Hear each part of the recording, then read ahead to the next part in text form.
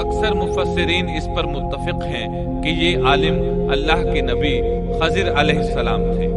اللہ نے انہیں نبوت کا علم عطا کیا تھا۔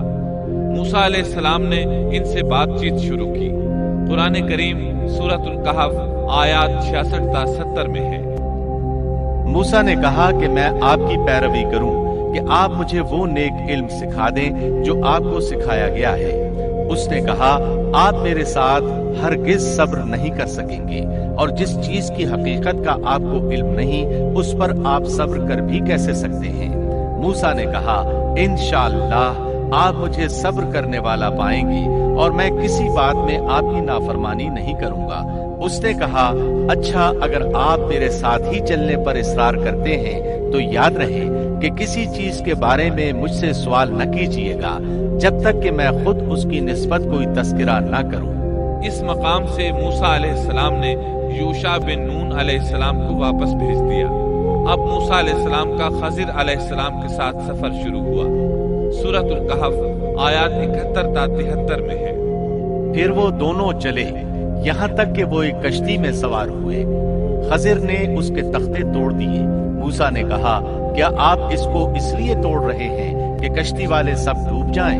یہ تو آپ نے بڑی خطرناک بات کر دی۔ خضر نے جواب دیا کہ میں نے پہلے ہی تجھ سے کہہ دیا تھا کہ آپ میرے ساتھ ہرگز صبر نہیں کر سکیں گے۔ موسیٰ نے جواب دیا کہ میری بھول پر مجھے نہ پکڑیے اور مجھے میرے کام میں تنگی میں نہ ڈالیے۔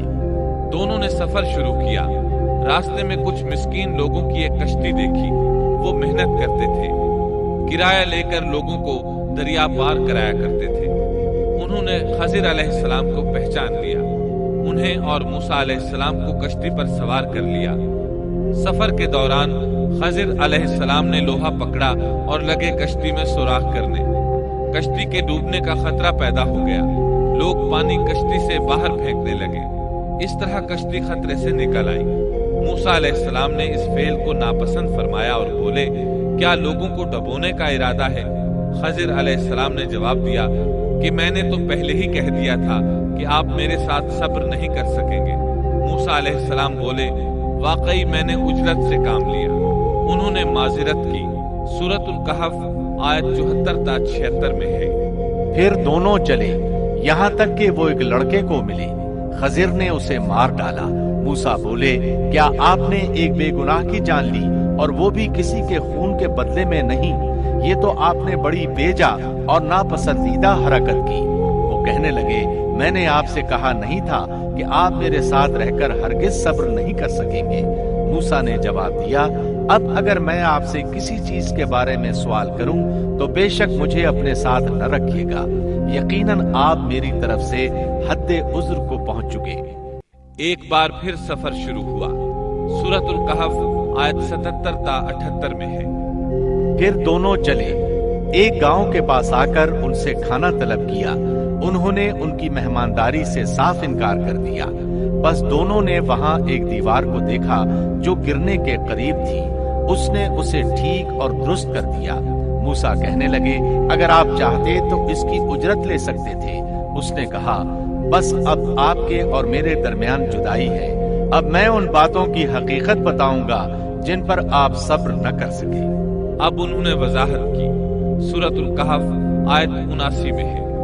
کشتی تو چند مسکینوں کی تھی جو دریا میں کام کاج کرتے تھے۔ میں نے اس میں کچھ توڑ پھوڑ کرنے کا ارادہ کر لیا کیونکہ ان کے آگے ایک بادشاہ تھا جو ہر ایک صحیح سالم کشتی کو جبراً ضبط کر لیتا تھا۔ پھر انہوں نے دوسرے واقعے کے متعلق بتایا۔ سورۃ الکہف آیت 80 اور 81 میں ہے۔ اور اس لڑکے کے ماں باپ ایماندار تھے۔ ہمیں خوف ہوا کہ کہیں یہ انہیں اپنی سرکشی اور کفر سے عاجز اور پریشان نہ کر دے، اس لیے ہم نے چاہا کہ انہیں ان کا پروردگار اس کے بدلے اس سے بہتر پاکیزگی والا، اس سے زیادہ پیار محبت والا بچہ عنایت فرمائے۔ تیسرے واقعے کی وضاحت سورۃ الکہف آیت 82 میں ہے۔ دیوار کا قصہ یہ ہے کہ اس شہر میں 2 یتیم بچے ہیں جن کا خزانہ ان کی دیوار کے نیچے دفن ہے۔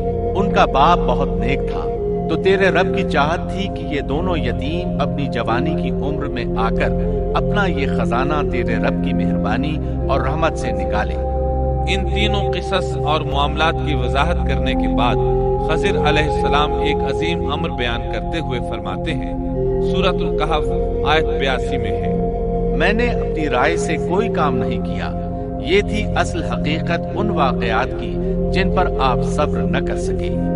اللہ تعالیٰ نے خضر علیہ السلام کو بعض امور غیب پر اطلاع دے دی اور وحی کے ذریعے ان پر چند غیبی معاملات ظاہر فرما دیے۔ اس طرح وہ جان گئے کہ وہ بادشاہ نئی کشتیاں غصب کر لیتا ہے، وہ بچہ بڑا ہو کر سرکش بنے گا اور دونوں بچے بڑے ہو کر اپنا خزانہ نکالیں گے۔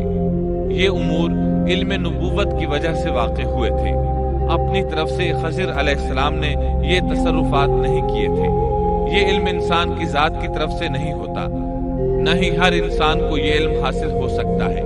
یہ تو صرف انبیاء کرام کو اللہ تعالیٰ کی جانب سے حاصل ہوتا ہے، وہ جسے چاہتا ہے عطا کرتا ہے، جیسا کہ یہ علم موسیٰ علیہ السلام کو عطا نہیں فرمایا اور خضر علیہ السلام کو بتلا دیا۔ بنی اسرائیل میدان تیہ میں 40 سال تک مسلسل محصور رہے۔ اسی اثناء میں ہارون علیہ السلام وفات پا گئے۔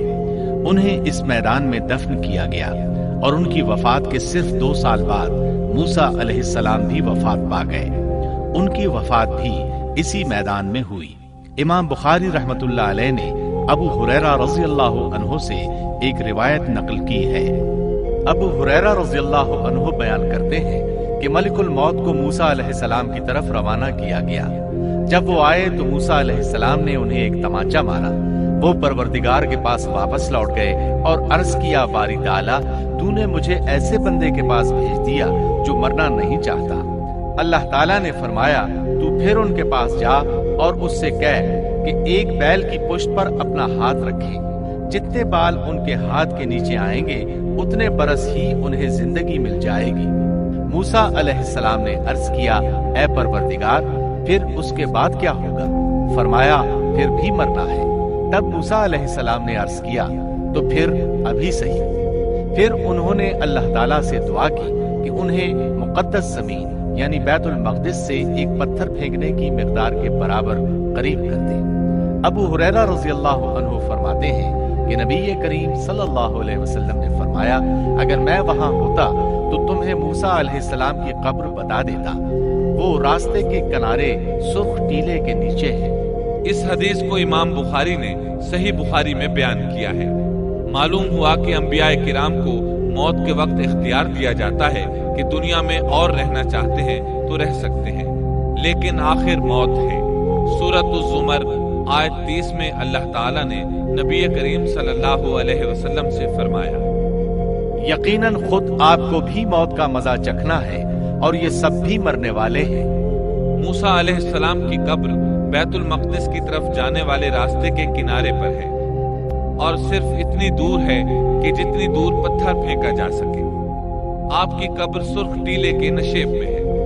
اللہ تعالیٰ نے آپ کو مسجد اقصیٰ کے قریب دفن ہونا نصیب فرمایا۔ اور اس طرح اللہ کے 2 عظیم اور کریم نبیوں کا قصہ اپنے اختتام کو پہنچا۔ تو دوستو، یہ تھی ہماری آج کی قسط۔ امید ہے آپ کو ضرور پسند آئی ہوگی۔ جانے سے پہلے آپ سے گزارش ہے کہ اس ویڈیو کو لائک، شیئر اور چینل کو سبسکرائب کر کے گھنٹی کو دبا کر آل نوٹیفیکیشن آن کر دیجئے اور کمنٹ میں ہمیں بتائیں کہ یہ کہانی آپ کو کیسی لگی۔